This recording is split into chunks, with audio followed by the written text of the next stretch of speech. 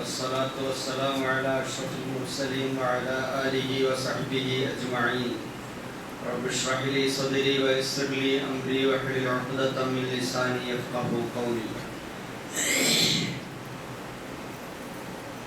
أعوذ بالله من الشيطان الرجيم. بسم الله الرحمن الرحيم. إن عدة الشهور عند الله 12 شهرا في كتاب الله يوم خلق السماوات والأرض منها 4 حرم ذلك الدين القيم فلا تظلموا فيهن أنفسكم وقاتلوا المشركين كافة كما يقاتلونكم كافة واعلموا أن الله مع المتقين. صدق الله العظيم. ബഹുമാന്യരായ സഹോദരന്മാരെ, സത്യവിശ്വാസികളെ, ജീവിതത്തിൻ്റെ നാനാമേഖലകളിൽ സർവശക്തനായ അല്ലാഹു സുബ്ഹാനഹു വ തആലയുടെ വിധിവിലക്കുകളും അവൻ്റെ അന്ത്യദൂതൻ മുഹമ്മദ് റസൂലുള്ളാഹി സ്വല്ലല്ലാഹു അലൈഹി വസല്ലമയുടെ ജീവിത മാതൃകകളും പിന്തുടർന്ന് ജീവിക്കുവാൻ, അതിലൂടെ അല്ലാഹുവിൻ്റെ പ്രീതിയും പരലോക വിജയവും നേടിയെടുക്കാൻ നിതാന്തമായി ശ്രമിക്കണമെന്ന് ഞാൻ എന്നോടും നിങ്ങൾ ഓരോരുത്തരോടും ഓർമ്മിപ്പിക്കുകയാണ്, വസിയത്ത് ചെയ്യുകയാണ്. കാര്യങ്ങൾ ശ്രദ്ധയോടെ കേൾക്കുകയും നല്ലതു മാത്രം പിൻപറ്റുകയും ചെയ്യുന്ന, ചിന്തിക്കുന്ന സന്മാർഗദർശികളായ സജ്ജനങ്ങളിൽ അല്ലാഹു നാം ഏവരെയും ഉൾപ്പെടുത്തി അനുഗ്രഹിക്കുമാറാകട്ടെ.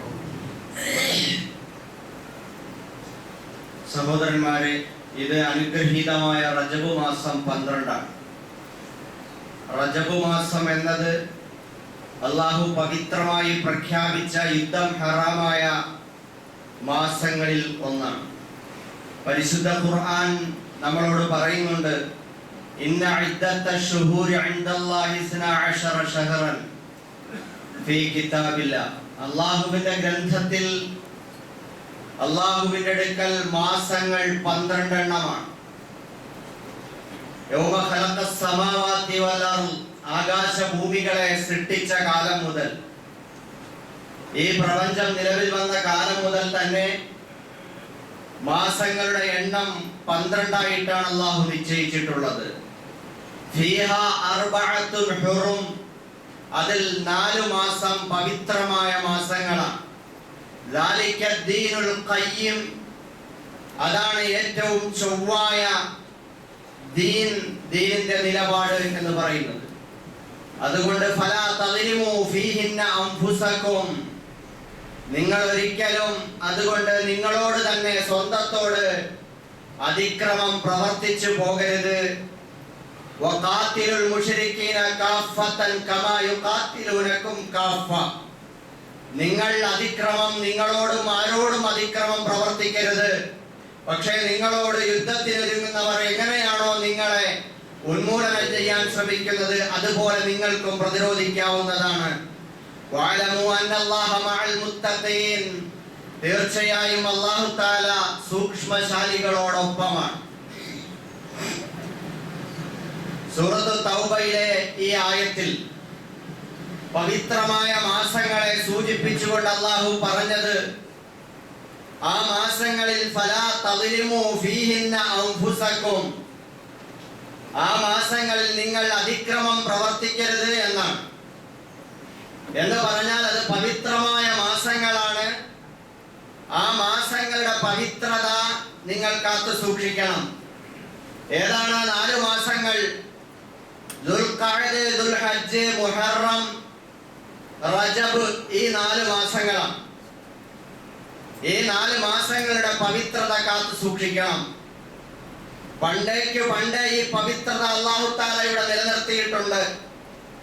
മുഹമ്മദ് നബി സല്ലല്ലാഹു അലൈഹി വസല്ലമിന് പ്രവാചകത്വം കിട്ടുന്നതിന് മുമ്പ് തന്നെ ജാഹിലിയ അറബികൾക്കിടയിൽ പോലും ഈ സങ്കല്പം നിലവിലുണ്ടായിരുന്നു എന്ന് നമുക്ക് ചരിത്രം പരിശോധിക്കുമ്പോൾ കാണാൻ കഴിയും. ഇവിടെ അല്ലാഹു തആല പറഞ്ഞത്, നിങ്ങൾ ഒരിക്കലും നിങ്ങളോട് അതിക്രമം പ്രവർത്തിക്കരുത്, സ്വന്തത്തോട് അതിക്രമം പ്രവർത്തിക്കരുത്, അക്രമം ചെയ്യരുത് എന്നാണ്. എന്താണ് അക്രമം അഥവാ പരിശുദ്ധ ഖുർആന്റെ ഭാഷയിൽ ളുൽമ് എന്ന് പറയുന്നത്? ളുൽമ് എന്ന് പറയുമ്പോൾ നമുക്ക് എളുപ്പത്തിൽ മനസ്സിലാക്കാൻ കഴിയുന്ന രൂപം ഇതാണ്. അല്ലാഹു സുബ്ഹാനഹു വ തആലയുടെ ദീൻ എന്നത് രണ്ട് പ്രധാനപ്പെട്ട അവകാശങ്ങളും ബാധ്യതകളുമായി ബന്ധപ്പെട്ട് നിൽക്കുകയാണ്. ഒന്ന് ഹുഖൂഖുല്ലാഹ്, അല്ലാഹുവിനോടുള്ള ബാധ്യതകൾ. മറ്റൊന്ന് ഹുഖൂഖുൽ ഇബാദ്, മനുഷ്യരോടുള്ള ബാധ്യതകൾ.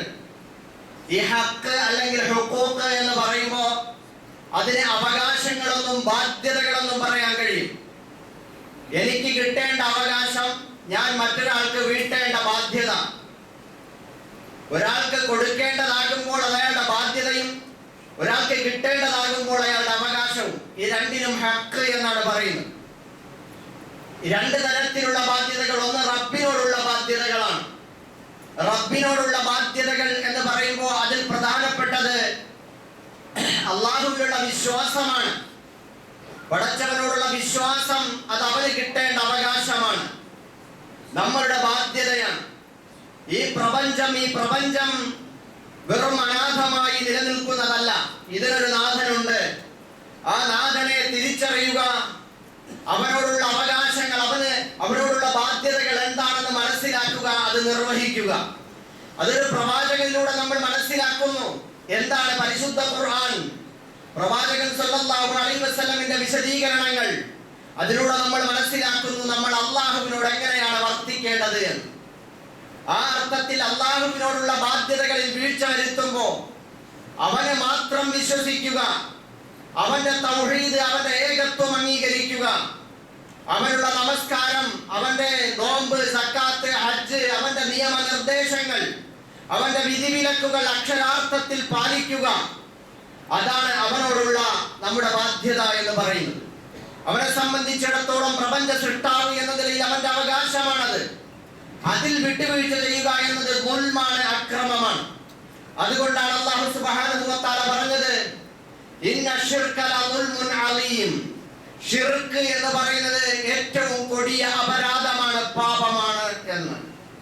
ശിർക്ക് എന്നത് അല്ലാഹുവിന്റെ അധികാരാവകാശങ്ങളിൽ കൈവെക്കുന്ന പ്രവൃത്തിയാണ് ശിർക്ക് എന്ന് പറയുന്നത്. എല്ലാം തികഞ്ഞ പടച്ച തമ്പുരാൻ, അവന് അനേകം വിശേഷണങ്ങളുണ്ട്, അവന്റെ 99 അസ്മാകളുണ്ട്, അവന്റെ സിഫാത്തുകളുണ്ട്, അവനിലുള്ള വിശ്വാസമുണ്ട്. ഇതിലൊക്കെ തിരിമറി നടത്തുക, വിട്ടുവീഴ്ച ചെയ്യുക, കലർപ്പുണ്ടാക്കുക എന്നത് അവനിലുള്ള ശിർക്കാണ്.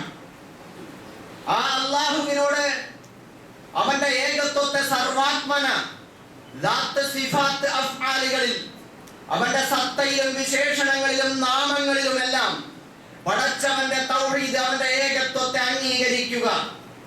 അലൈസല്ലാഹു ബികാഫിൻ അബ്ദ. അല്ലാഹുവിന്റെ ദാസന് അല്ലാഹു മതിയായവനല്ലേ? ഒരു സൃഷ്ടാവ് എന്ന നിലയിൽ, ഒരു രക്ഷിതാവ് എന്ന നിലയിൽ, ഒരു നാഥൻ എന്ന നിലയിൽ, ഒരു സംരക്ഷകൻ എന്ന നിലയിൽ എല്ലാ അർത്ഥത്തിലും അല്ലാഹു അവന് പോന്നവനല്ലേ എന്ന് അല്ലാഹു ചോദിക്കുകയാണ്. അല്ലാഹുവിന്റെ റസൂലും സഹാബാക്കളും സത്യവിശ്വാസികളും പറഞ്ഞ മറുപടി, ഹസ്ബുനല്ലാഹു വ നിഅമൽ വക്കീൽ. ഞങ്ങൾക്ക് അല്ലാഹു മതിയായവനാണ്, അവൻ ഭരമേൽപ്പിക്കാൻ ഞങ്ങളുടെ ജീവിതത്തിലെ എല്ലാ സങ്കടങ്ങളും ആവലാദികളും പ്രശ്നങ്ങളും എല്ലാ വിധത്തിലുള്ള സംഗതികളും ഏൽപ്പിക്കാൻ പര്യാപ്തനായവനാണ്, അവൻ ഞങ്ങൾക്ക് മതി എന്നാണ്. ആ അർത്ഥത്തിൽ അല്ലാഹു സുബ്ഹാനഹു വ തആലയോട് ളുൽമ് ചെയ്യാതിരിക്കുക എന്നത് നമ്മുടെ ബാധ്യതയാണ്. ഇന്ന് നമ്മൾ എവിടെ എത്തി നിൽക്കുന്നു? നമ്മൾ പരിശോധിച്ചു നോക്കുമ്പോൾ CM മടവൂർ എന്ന് പറയുന്ന നമ്മുടെ കേരളക്കാരനായ ഒരു മനുഷ്യൻ, ഒരു പണ്ഡിതൻ, അദ്ദേഹം സൂഫിയായി അറിയപ്പെടുന്നു. ജദ്ബിന്റെ ഹാലിൽ കഴിഞ്ഞിരുന്ന ഒരാൾ അദ്ദേഹവുമായി ബന്ധപ്പെട്ട കാര്യങ്ങൾ റബ്ബ് തീരുമാനിച്ചോട്ടെ. പക്ഷെ ഇവിടെ കുറെ ആളുകൾ എന്ത് ചെയ്യുന്നു? അദ്ദേഹത്തെ പടച്ചവനാക്കുന്നു. എത്രത്തോളം പറഞ്ഞു അള്ളാഹുവിന്റെ വിശ്വാസം, അള്ളാഹുവിനുള്ള വിശ്വാസം, തവസ്സുലിന്റെയും ഇസ്തിഗാസയുടെയും ഒക്കെ പേര് പറഞ്ഞ് ചർച്ച ചെയ്ത് അഹ്ലുസുന്നത്തി വൽ ജമാഅത്തിന്റെ പേരിൽ ചർച്ച ചെയ്ത് അവസാനം ഇൽമു പഠിച്ച ആളുകൾ തന്നെ അദ്ദേഹം ഞങ്ങളുടെ ഈ പ്രപഞ്ചത്തിന്റെ നാഥനാണ്, പടച്ചവനാണ്, ഞങ്ങളുടെ റബ്ബാണ് എന്ന് പറയുന്നിടത്തേക്ക് കൊണ്ടുവന്നെത്തിച്ചു. ഇത് നിങ്ങൾ നോക്കൂ, സോഷ്യൽ മീഡിയ. ഇതിന് നമ്മുടെ കേരളത്തിൽ നമ്മൾ പരിചയപ്പെട്ടിട്ടുള്ള അഹ്ലുസുന്നത്തി വൽ ജമാഅത്തുമായിട്ട് എന്താ ബന്ധം? ചർച്ച ചെയ്ത് അവിടം വരെ എത്തി. വേറൊരു ഭാഗത്ത് നബി സല്ലല്ലാഹു അലൈഹി വസല്ലം പറഞ്ഞു, എന്റെ ഉമ്മത്ത്, ഒരു കാലം വരും എന്റെ ഉമ്മത്ത് ഹത്താ തൽഹഖ ഖബായിലു മിൻ ഉമ്മത്തി ബിൽ മുശ്രിക്കീൻ, ബഹുദൈവ ആരാധകരുമായി സംയോജിപ്പിക്കപ്പെടുന്നത് വരെ, അല്ലെങ്കിൽ അവരെ സന്ധിയാകുന്നത് വരെ ഖിയാമത്ത് നാൾ ഉണ്ടാവുകയില്ല. ഹത്താ യഅബുദുൽ അസ്നാം, അവർ സാക്ഷാൽ വിഗ്രഹാരാധന നടത്തുന്നത് വരെയും. ഇന്ന് നമ്മൾ വിശ്വാസപരമായി ഒരു ഭാഗത്ത് വ്യതിചലിച്ച് റബ്ബിൽ നിന്ന് അകന്നു പോയിക്കൊണ്ടേയിരിക്കും. വേറൊരു ഭാഗത്ത് സാമൂഹികമായി, രാഷ്ട്രീയമായി മുസ്ലിം സമൂഹത്തെ മുഴുവൻ തൗഹീദിന്റെ പേരിൽ ഉന്മൂലനം ചെയ്യാൻ വേണ്ടി ഇറങ്ങി പുറപ്പെട്ടിരിക്കുന്ന ശക്തികളുമായി ധാരണയിലാകുന്ന, സന്ധിയിലാകുന്ന അവസ്ഥ അതുവരെ എത്തി നിൽക്കുന്നു. സഹോദരന്മാരെ, അപ്പൊ നമുക്കിവിടെ എല്ലാം പിഴച്ചുകൊണ്ടിരിക്കുകയാണ്. നമ്മൾ നമ്മളോട് അതിക്രമം പ്രവർത്തിക്കുകയാണ്. റബ്ബിൽ നിന്ന് നമ്മൾ എത്ര അകലെയാണ്. ഇവിടെ നടക്കുന്ന തൗഹീദ്, ശിർക്ക് ചർച്ചകൾ മുഴുവൻ മാറ്റിവെക്കൂ. അതിലൊന്നും നമുക്ക് യാതൊരു പങ്കും വേണ്ട, പക്ഷവും വേണ്ട. നമ്മൾ ആരുടെയും ആളാവണ്ട. പക്ഷെ നമ്മളൊന്ന് സ്വയം പരിശോധിക്കണം. നിങ്ങൾ ദുൽമ ചെയ്യരുത്. ഈ പവിത്രമായ മാസം മുൻനിർത്തി നിങ്ങൾ ഉറ്റാലോചിക്കണമെന്ന് ഖുർആൻ പറയുമ്പോൾ നമ്മളും റബ്ബും തമ്മിലുള്ള ബന്ധം എന്താണ്? എനിക്കെന്റെ റബ്ബ് മതിയായവനാണോ?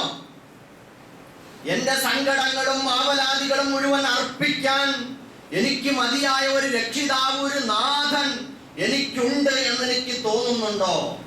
ഞാൻ ആ റബ്ബിന്റെ കൂടെയാണോ? ഫഫിറു ഇലല്ലാഹ്, നിങ്ങൾ അല്ലാഹുവിലേക്ക് ഓടുക എന്ന് പരിശുദ്ധ ഖുർആൻ പറയുന്നു. പടച്ചവനിലേക്ക് ഓടാൻ. സഹോദരന്മാരെ, ആ അർത്ഥത്തിൽ നമ്മൾ റബ്ബിലേക്ക് കൂടുതൽ അടുക്കണം. എനിക്കെല്ലാത്തിനും മതിയായവൻ എന്റെ പടച്ചവനാണ് എന്ന വിശ്വാസം വേണം. അങ്ങനെ നമ്മൾ അല്ലാഹുവിന്റെ സ്വന്തം ആളായി മാറണം. കൂനു റബ്ബാനിയീൻ, നിങ്ങൾ റബ്ബിന്റെ ആളുകളായി മാറണം.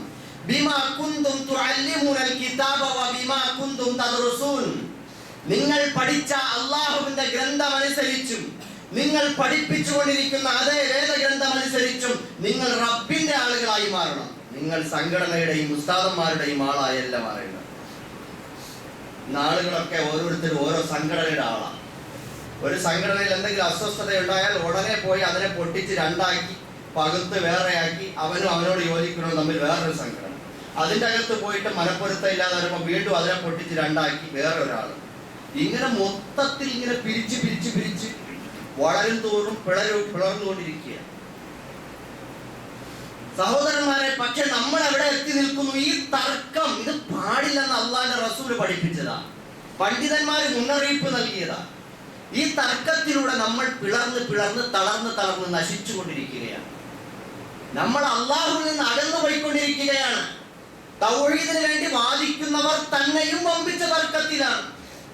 തൗഹീദ് ചർച്ച ചെയ്യുന്ന ആളുകൾ തമ്മിലും തർക്കത്തിലാണ്. അവർ മറ്റേ വിഭാഗം തൗഹീദിന്റെ ആളുകളെ കുറിച്ച് പറയും അവർ പോക്കാണ്, അവരിങ്ങനെയാണ് ചർച്ച ചെയ്യുന്നത്, അവരിങ്ങനെയാണ്. ഇങ്ങനെ തുടങ്ങിയിട്ട് തീരാത്ത തർക്കം. മനുഷ്യനില്ലാത്തത് എന്താണ്? സഹിഷ്ണുത എന്നതില്ല, സഹിഷ്ണുതയില്ല. ഒരാൾ വ്യത്യസ്തമായി ഒരു പഠനം അവതരിപ്പിച്ചാൽ, ഒരു ചിന്ത അവതരിപ്പിച്ചാൽ അത് അദ്ദേഹത്തിന്റെ അഭിപ്രായമായി നിലനിർത്തിക്കോ. തർക്കിക്കാനും അടിയുണ്ടാക്കാനും പിണങ്ങാനും പോകരുതേ. ഇത് നമ്മൾ ഇത്തരത്തിൽ അല്ലാഹുവിൽ നിന്ന് അകന്നുകൊണ്ടിരിക്കുകയാണ്. പടച്ചവനോടൊരു പ്രത്യേക ബന്ധം നമുക്കില്ല. മറ്റൊന്നെന്താണ്? ഹുഖൂഖുൽ ഇബാദ്, മനുഷ്യരുമായിട്ടുള്ള ബന്ധങ്ങളാണ്, മനുഷ്യരോടുള്ള ബാധ്യതകളും അവകാശങ്ങളും. മാതാപിതാക്കളും മക്കളും ഭാര്യയും ഭർത്താവും, അതേപോലെ തന്നെ കുടുംബക്കാർ തമ്മിൽ, അയൽക്കാർ തമ്മിൽ, കച്ചവടക്കാരും ഉപഭോക്താക്കളും തമ്മിൽ, അതേപോലെ മുതലാളിയും തൊഴിലാളിയും തമ്മിൽ, അതേപോലെ തന്നെ നീതിപീഠവും നീതി തേടി വരുന്ന ആളുകളും തമ്മിൽ, അതേപോലെ ഭരണകൂടവും പൗരന്മാരും തമ്മിൽ, ഇങ്ങനെ തുടങ്ങി മനുഷ്യർ സാമൂഹ്യ ജീവിതം നയിക്കുമ്പോൾ പരസ്പരം അങ്ങോട്ടും ഇങ്ങോട്ടും ഉള്ള അവകാശങ്ങളും ബാധ്യതകളും ഇതിൽ ദുൽമ നടത്തരുത്, ഇതിൽ അക്രമം കാണിക്കരുത്. ഒരാൾക്ക് കിട്ടേണ്ട അവകാശം അത് കൃത്യമായി കൊടുക്കണം. അത് നിർവഹിക്കുന്നത് ഇയാളുടെ ബാധ്യതയും അത് കിട്ടേണ്ടത് അയാളുടെ അവകാശവുമാണ്, ഹക്കാണ്. അതിലൊക്കെ വീഴ്ച വരുത്തിയിട്ടൊന്നും ഒരു രക്ഷയില്ല. നബി സല്ലല്ലാഹു അലൈഹി വസല്ലം പറയുകയാണ്, തുഫ്തഹു അബ്വാബുൽ ജന്നത്തി യൗമുൽ ഇസ്നൈനി വ യൗമുൽ ഖമീസ്. എല്ലാ തിങ്കളാഴ്ച ദിവസവും വ്യാഴാഴ്ച ദിവസവും സ്വർഗത്തിന്റെ കവാടങ്ങൾ തുറക്കപ്പെടും. എന്നിട്ടോ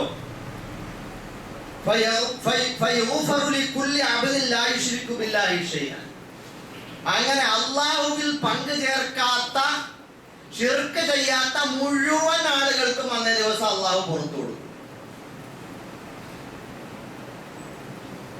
മാത്രമല്ല, ഇല്ല റജുലൻ കാനത്ത് ബൈനഹു വ ബൈന അഖീഹി ശഅന, വേറൊരാൾക്കും പുറത്തു കൊടുക്കൂല. ആർക്കാ? ശിർക്ക് ചെയ്തവൻ പുറത്തു കൊടുക്കൂല. അതോടൊപ്പം തന്നെ മനുഷ്യരുമായി പിണങ്ങി കഴിയുന്നവർക്കും അല്ലാഹു പുറത്തു കൊടുക്കൂല. വെറുപ്പുണ്ടാക്കി അകന്നു കഴിയുന്ന, ശത്രുത വെച്ച് പുലർത്തുന്ന ആളുകൾ, അവർക്കും അല്ലാഹു പുറത്തു കൊടുക്കൂല. ബാക്കി ഈ തിങ്കളാഴ്ച ദിവസവും വ്യാഴാഴ്ച ദിവസവും ഒക്കെ സുന്നത്ത് നോമ്പുള്ള ദിവസവും. അപ്പൊ ആ ദിവസങ്ങളിൽ സ്വർഗത്തിന്റെ കവാടങ്ങളെല്ലാം മലർക്കെ തുറന്നിട്ട് സത്യവിശ്വാസികളുടെ അമലുകളെ സ്വാഗതം ചെയ്യുമ്പോ ഈ അമലുകളെല്ലാം ഇങ്ങനെ അല്ലാഹുവിലേക്ക്, സമക്ഷത്തിലേക്ക് പോകുമ്പോ അവിടെ രണ്ടാളുകളുണ്ടാവും, രണ്ട് തരം ആളുകൾ. ഒന്ന് പടച്ചവനിൽ ശിർക്ക് വെക്കുന്ന ആളുകൾ, മറ്റൊന്ന് മനുഷ്യർക്കിടയിൽ ശത്രുത ഉണ്ടാക്കുന്ന, വെറുപ്പുൽപാദിപ്പിക്കുന്ന. ഈ വെറുപ്പുൽപാദനം എന്ന് പറയുന്നത് രണ്ട് തരത്തിലാണ്. ഒന്ന് ആഭ്യന്തരപരമായി, ഇവിടെ നമ്മുടെ സഹോദരന്മാർ തമ്മിൽ അങ്ങോട്ടും ഇങ്ങോട്ടും വെറുപ്പുൽപാദിപ്പിക്കുക. വ്യക്തിപരമായി ഇത് നടക്കുന്നുണ്ട്. എങ്ങനെയാണ്? ഒരുത്തനെ കണ്ടുകൂടാ, പരദൂഷണം പറയും. അതിന്റെ ആദ്യത്തെ കവാടം അള്ളാഹും അവന്റെ റസൂലും അടച്ചൊക്കെയാ. ഖുർആൻ പറഞ്ഞതാണ് പരദൂഷണം പറയാൻ പാടില്ല, ഏഷണി പറയാൻ പാടില്ല. ഇത് ഖുർആൻ അടച്ചതാ. വ്യക്തികൾ തമ്മിൽ ഒരുത്തനും തമ്മിൽ യോജിപ്പില്ല. ശരിയാണ്. അല്ലാഹു സുബ്ഹാനഹു വ തആല ഒരാളെ പോലെ വേറൊരാളെ ഭൂമിയിൽ സൃഷ്ടിച്ചിട്ടില്ല. ശാരീരികമായും മാനസികമായും അവന്റെ ഭാവങ്ങളിലും വിചാരങ്ങളിലും എല്ലാം വ്യത്യസ്തമാണ്. അപ്പൊ അവനെ ഉൾക്കൊള്ളാനുള്ള ഒരു ഈമാനികമായ പക്വതയാണ് നമുക്ക് വേണ്ടത്. അപ്പൊ പരദൂഷണം പാടില്ല, തമ്മിൽ ശത്രുത അങ്ങോട്ടും ഇങ്ങോട്ടും. അവൻ ശരിയല്ല, അവൻ പ്രശ്നമാണ്, അവനെ കൂട്ടരുത്, അവനെ ഒഴിവാക്കണം, അവൻ വന്നാൽ കൊടുക്കരുത്, അവന് വഴി കൊടുക്കരുത്, അവനെ തടഞ്ഞു വെക്കണം. അതാണ് ഇതാണ് എന്തൊക്കെയാണ് ഫിത്തനകൾ. നേരം വെളുത്താൽ ഇരുട്ടുമോ. പിന്നെയോ ഇതൊരു കൂട്ടമായി വന്ന മുസ്ലിങ്ങളുടെ കൂട്ടം, സംഘടനകൾ. അപ്പൊ അതിനകത്തായി ആരോടാ? വ്യക്തിയല്ല. അപ്പൊ ഒരു സംഘടനയാകുമ്പോൾ വേറെ സംഘടനകളോടായി ഗീബത്ത്. അത് സംഘടിതമായ ഗീബത്ത്. അതിനെ ആദർശത്തിന്റെ മേമ്പൊടി ചേർത്തിട്ടാണ് അവതരിപ്പിക്കുന്നത്. ശരിയല്ല. ഞാനും എന്റെ ഉസ്താദ്, എന്റെ സംഘടനയും എല്ലാവരും ശരി, ബാക്കി നിങ്ങളും നിങ്ങളെ ഉസ്താദും നിങ്ങളുടെ ആളുകളും എല്ലാം നരകത്തിൽ. അപ്പൊ ഒരാൾ പറഞ്ഞല്ലോ, ഇഹ്ദിന സിറാത്തുൽ മുസ്തഖീം എന്ന് പറഞ്ഞാൽ നേരായ വഴി എന്ന് പറഞ്ഞാൽ നമ്മുടെ ഈ സംഘടനയാണ്. നിങ്ങൾ കേട്ടിട്ടുണ്ടാവില്ല. അൽ മുസ്തഖീം, സിറാത്തുൽ മുസ്തഖീം എന്ന് പറഞ്ഞാൽ ഇതാണ്. ഇതിലില്ലാത്തവരെല്ലാം പിഴച്ചോരാ, ളാലിങ്ങളാണ്, മഗ്ലൂബി അലൈഹിം എന്ന് ഖുർആൻ പറഞ്ഞ അള്ളാഹുവിന്റെ കോപത്തിനിരയായവരാണ്, പിഴച്ചുപോയവർ. നമ്മളെ കൂടെ ഇപ്പൊ ജാഥ നടത്താൻ ആരൊക്കെ ഉണ്ടോ, നമ്മളെ ജാഥയിൽ ആരൊക്കെ ഉണ്ടോ അവരൊക്കെ സ്വർഗത്തിൽ പോകും. നമ്മളെ ജാഥയിലും സമ്മേളനത്തിലും ഇല്ലാത്ത ആരൊക്കെ ഉണ്ടോ അവരൊക്കെ പോക്കാം. നമ്മുടെ ഉസ്താദന്മാരോ വല്ലതും വിമർശിക്കുന്നവരുണ്ടോ അവരൊക്കെ പോക്കാം. അങ്ങനെയാണെങ്കിൽ പിന്നെ ആരൊക്കെ ഉണ്ടാവും സ്വർഗത്തിൽ? സ്വർഗം എന്ന് പറയുന്നത് എന്താ സംഭവം? ഏതെങ്കിലും നമ്മളെ ഈ ഷൊർണൂർ പള്ളിയാണ് അത്ര വലിപ്പമുള്ള എന്തൊരു സാധനമാണ്? സഹോദരന്മാരെ, ആകാശഭൂമിയോളം വിശാലമായിട്ടുള്ള സമാവാത്തി വല്ല വിശാലമായ സ്വർഗം. അതിൽ അള്ളാഹ് തീരുമാനിക്കും ആരെ കേൾക്കണം കേൾക്കണ്ടെന്ന്. ആരാ ഇവർക്കൊക്കെ ഈ ടിക്കറ്റ് കൊടുത്തത്?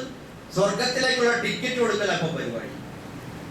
എല്ലാരെയും ഞങ്ങളെ പാർട്ടിയിൽപ്പെട്ടവരൊക്കെ സ്വർഗത്തിൽ അർശിന്റെ തണൽ കിട്ടി അങ്ങനെ പോവും. അപ്പൊ ഇതേപോലെയുള്ള ഈ വെറുപ്പുൽപാദനങ്ങൾ ഇവിടെ നടക്കില്ല. എന്നിട്ട് നമ്മൾ പുറത്തു പറയുന്നു നിങ്ങൾ ഇവിടെ RSS വെറുപ്പുൽപാദിപ്പിക്കുക. അത് ശരിയല്ല. നമുക്ക് പറയാൻ എന്താ അവകാശം? നമ്മളെ കൂടെ ഉള്ളവരോട് നമുക്ക് മാന്യമായിട്ട് പെരുമാറാൻ നമുക്കറിയില്ല. സലാം പറയാൻ പാടില്ല. മദ്രസ പാഠപുസ്തകത്തിൽ നിങ്ങൾ ഞെട്ടിപ്പോകും. ചിലപ്പോൾ നിങ്ങൾ പഠിച്ചിട്ടുണ്ടാവും. എന്താണ്? ഇന്ന ആളുകളോടൊന്നും സലാം പറയാൻ പാടില്ല, ഇന്ന ഇനത്തിൽപ്പെട്ടവരോട് സലാം പറയാൻ പാടില്ല, മുബത്തദീറുകളാണ്, അവരോട് സലാം പറയാൻ പാടില്ല. സഹോദരന്മാരെ, ഇങ്ങനെ പോവുകയാണ് നമ്മുടെ അവസ്ഥ. അപ്പൊ എന്ത്? ഈ കൊച്ചു കുട്ടികളെ പള്ളിയിലേക്ക് വരുമ്പോ അവനെ കണ്ടാൽ സലാം പറയാൻ പാടില്ല, വിവാഹ ബന്ധം പാടില്ല, ജനാസയെ പിന്തുടരാൻ പാടില്ല, മയ്യത്ത് നമസ്കരിക്കാൻ പാടില്ല. അവനെ പൊതുസമൂഹത്തിന്റെ ഇടയിൽ അവനോട് സലാം പറയുകയോ സഹകരിക്കുകയോ ചെയ്യുമ്പോൾ അവന് സ്വീകാര്യത കിട്ടുമെന്ന് കണ്ടാൽ അവനോട് മിണ്ടാനും പാടില്ല.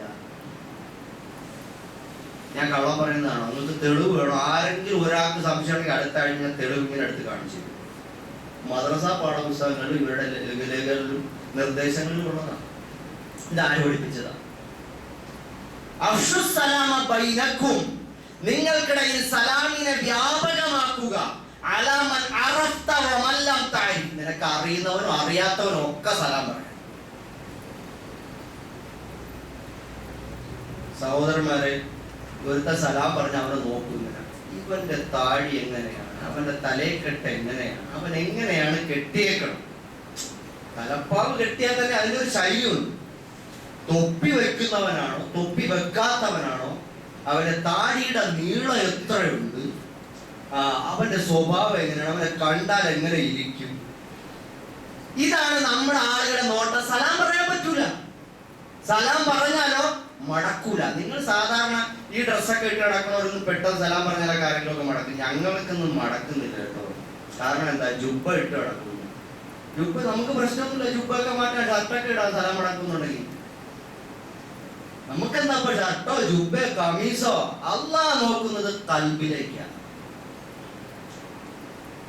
തലപ്പാവ് കെട്ടിയാൽ ആ തലപ്പാവ് എങ്ങനെ ഇരിക്കണ? ഉസ്താദിന്റെ ഷൊർണൂർ പള്ളിയിലെ ഇമാമിന്റെ തലപ്പാവ് എങ്ങനെയുണ്ട്, അവിടുത്തെ മറ്റേ ഹത്തീബ് എങ്ങനെയുണ്ട്, ഇവിടുത്തെ മുഅദ്ദിൻ ഉസ്താദ് എങ്ങനെയുണ്ട്, അവരെങ്ങനെയാണ്? ഇവിടെ വന്നിട്ട് ചില ആളുകളൊക്കെ ചോദിക്കും, ഇതേത് പള്ളിയാണ് ഹബീബേ? ഇത് നമ്മളെ സുന്നി പള്ളി തന്നെ, നമ്മളെ മുജാഹിദ് പള്ളി തന്നെ, നമുക്ക് വിശ്വസിക്കാൻ പറ്റുമോ? ഇങ്ങനെ എല്ലാ സംശയം ഇങ്ങനെ അരിച്ചു പറയും. ചില ആളുകൾ ജുമയ്ക്കന്നെ പോകില്ല, എന്നാ പിന്നെ വേറെ കഴിച്ചിട്ട് പൊക്കളെ. സഹോദരന്മാരെ, എന്താ ഇത് നമ്മളെയൊക്കെ അവസ്ഥ? നമ്മളെന്നാ കരച്ചിൽ വരെ ഒന്നും പറയാൻ തോന്നുന്നു. അള്ളാഹ് പഠിപ്പിച്ച ഒരു ദീനിനെ വ്യാഖ്യാനിച്ച് വിഹിതം വെച്ച് നശിപ്പിച്ച് എന്നിട്ട് ഇവരൊക്കെ കയറി ഇങ്ങനെ നേതാക്കന്മാരായിട്ട് നടക്കുക. ഇപ്പൊ ഇങ്ങനെ തെക്ക് വടക്ക് യാത്രകളാ, സമ്മേളനങ്ങൾ, പൊക്കോടി പോവാതിരിക്കും. നമുക്ക് അതിലൊന്നും ഒരു വിഷയം. എന്താ ഈ സമ്മേളനങ്ങൾ കൊണ്ട് ഇവിടെ നടക്കുന്നത്?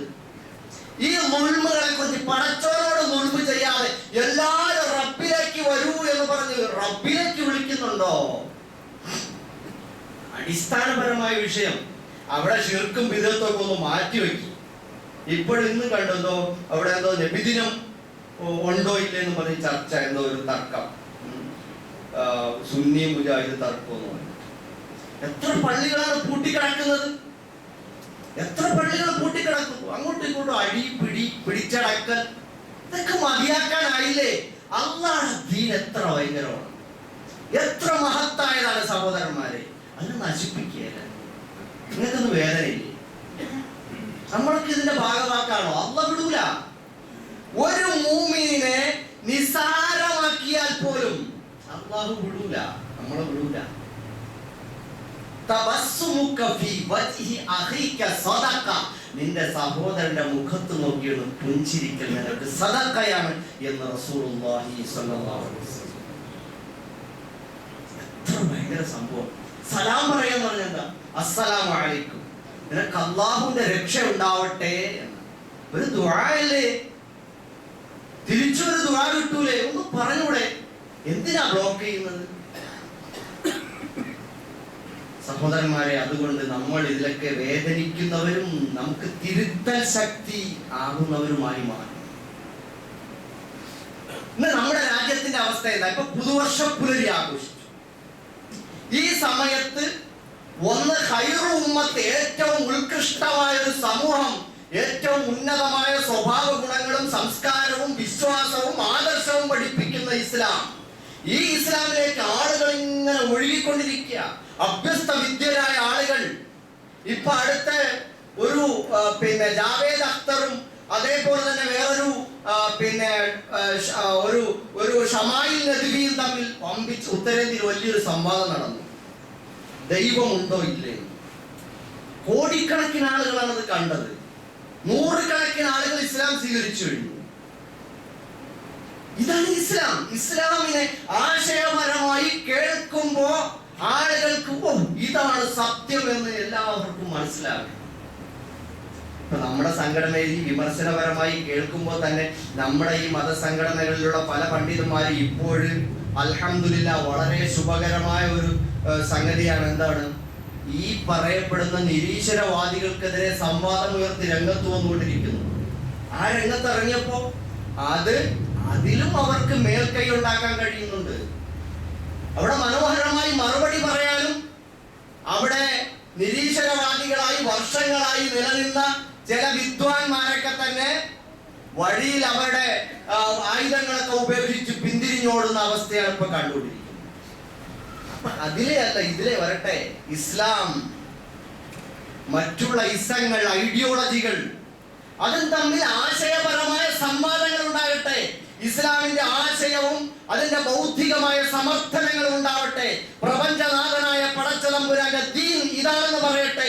ഈ കോടിക്കണക്കിന് രൂപ സമ്മേളനം നടത്തിയിട്ട് ഇവിടെ തെക്ക് വടക്ക് കളിക്കുന്ന മുഴുവൻ സംഘടനകളും ഇസ്ലാമിന്റെ ആശയപരമായ ഔന്നത്യം പൊതുസമൂഹത്തിന്റെ മുമ്പിൽ ഉയർത്തിപ്പിടിക്കട്ടെ.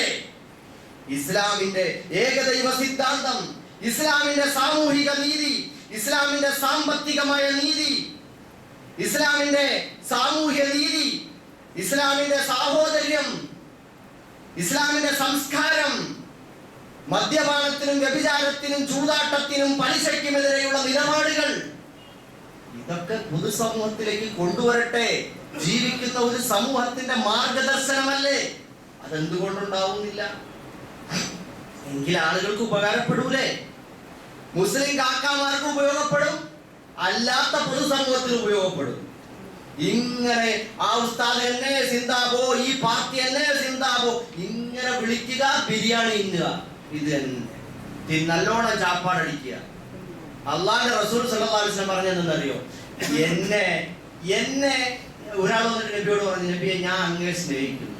അപ്പൊ നബി സല്ലല്ലാഹു അലൈഹി വസല്ലം പറഞ്ഞേ, ഓർത്ത് പറയണം, ഒന്നുകൂടി ഓർത്ത് പറയണം. അതേ നബിയെ ഞാൻ അങ്ങേ സ്നേഹിക്കുന്നു. അപ്പൊ പറഞ്ഞെന്നറിയോ? എന്നാൽ മലവെള്ളം പോലെ ദാരിദ്ര്യം വരുന്നത് നീ സൂക്ഷിച്ചു കൊള്ളുക.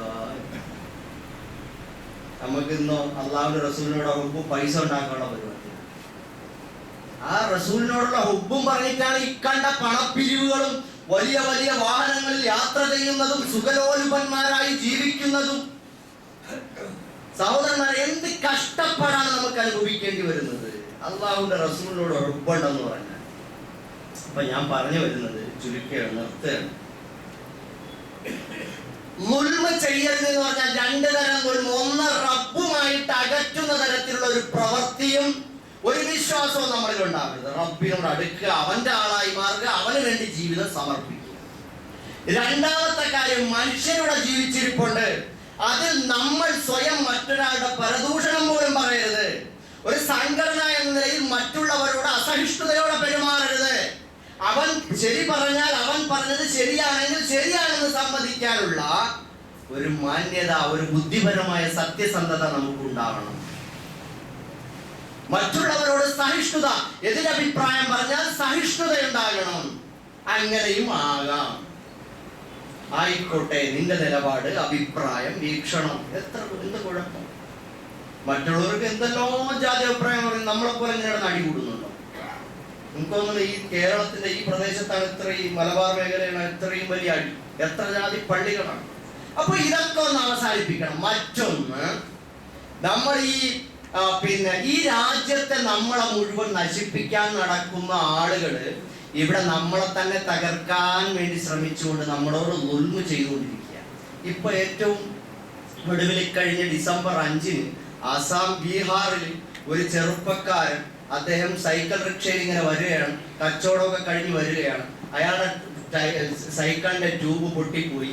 പഞ്ചറൊട്ടിക്കുന്ന കട തിരക്കിയപ്പോൾ കൂടെ അവിടെ ഉണ്ടായിരുന്ന കുറെ ചെറുപ്പക്കാരിറങ്ങിയിട്ട് ഇയാളോട് നീ ആരാടാ എന്ന് ചോദിച്ച് അയാളെ വസ്ത്രം അഴിച്ച് അയാളെ ജാതി മനസ്സിലാക്കി, മതം വർഗം മനസ്സിലാക്കി അയാളെന്ത് ചെയ്തു, ഇഞ്ചിഞ്ചായിട്ട് കൊന്ന സംഭവം. എന്ന് പറഞ്ഞാൽ പ്ലെയർ എടുത്തിട്ട് ഈ കൈവിരലുകൾ ഇങ്ങനെ കട്ട് ചെയ്യുക. കൈവിരലുകൾ ജീവനോടെ ഒരു മനുഷ്യൻ 2 ചെവിയും പ്ലെയർ കൊണ്ട് കട്ട് ചെയ്തെടുക്കുക. എന്നിട്ട് ഇരുമ്പ് കമ്പി പഴുപ്പിച്ചിട്ട് ശരീരത്ത് വെച്ചിട്ട് തോലിങ്ങനെ ഒടിച്ചെടുക്കുക.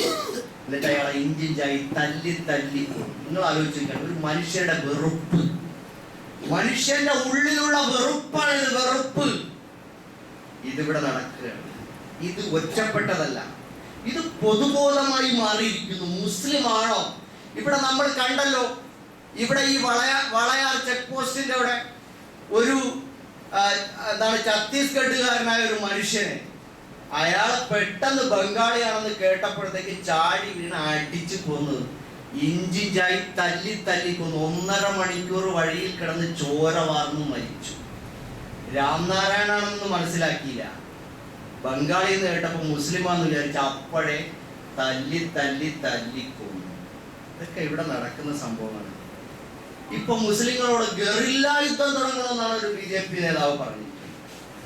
SIR-ലൂടെ എങ്ങനെ നമ്മളെ പുറത്താക്കാമെന്നാണ് ആലോചിച്ചുകൊണ്ടിരിക്കുന്നത്. ഞങ്ങളാണ് നിങ്ങളെ രക്ഷകരെന്ന് പറയുന്ന ആരും തിരിഞ്ഞു നോക്കാത്ത കാലമാണ്. നമ്മളെ റബ്ബാണ് നമ്മളെ രക്ഷകന്മാർ. ഇരകളുടെ ഐക്യമാണ് ഉണ്ടായി വരേണ്ടത്. ഇവിടെ കണ്ടില്ലേ നിങ്ങൾ, കർണാടകയിൽ 300ഓളം മുസ്ലിം വീടുകൾ ബുൾഡോസ് ചെയ്തത് BJP അല്ല, സ്നേഹത്തിന്റെ തട്ടുകട തുറക്കാൻ വേണ്ടി ആഹ്വാനം ചെയ്യപ്പെട്ട പാർട്ടിയുടെ അനുയായികളാണ്. ആരെയാ വിശ്വസിക്കുക? നമുക്ക് തോന്നുന്നുണ്ട് ഇതെന്റെ പാർട്ടിയെ പറഞ്ഞു ഉസ്താദ്. എന്ത് പാർട്ടി സഹോദര? നമുക്കെന്ത് പാർട്ടി?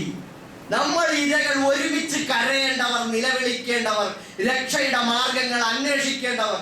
ഇനിയും ഇത്തരത്തിൽ നമ്മൾ ആരെയൊക്കെയോ രക്ഷകരായി വിശ്വസിച്ച് കിടക്കുക.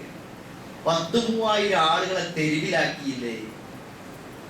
വെറുപ്പിന്റെ മാളുകൾ നടത്തുന്ന അവസ്ഥയിലേക്ക് നമ്മളെ രക്ഷകന്മാർ മാറിപ്പോവുകയല്ലേ?